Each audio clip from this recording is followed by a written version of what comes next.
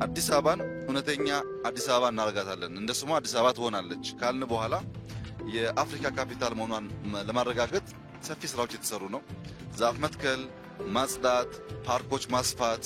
ይህንን ስራ በሚቀጥሉት 3 ዓመታት ወደሚቀጥለው ሌየር ካሳደግ ነው ሙሉ በሙሉ ዩኒቲ ፓርክ ግቢውን ከያዘ ይሄ ስራውን ጨርሶ ለህዝብ ክፍት ከሆነ ቦሌ መንገድ ላይ ጀመርነውን ስራ ካሳለጥን እና እስከ እንጦጦ ከወጣን ካለምንም ጥርጥር በየትኛውም የአፍሪካ ሀገር በዚህ ደረጃ ቱሪስት መስህብ መሆን የሚችል ታሪክ ያለው ዛፍ ያለው እጅግ የሚያምር ዌዘር ያለው እና ላንድስኬፑን በጣም የተለየ ውበት ያለው ቦታ ያለ አይመስለኝም።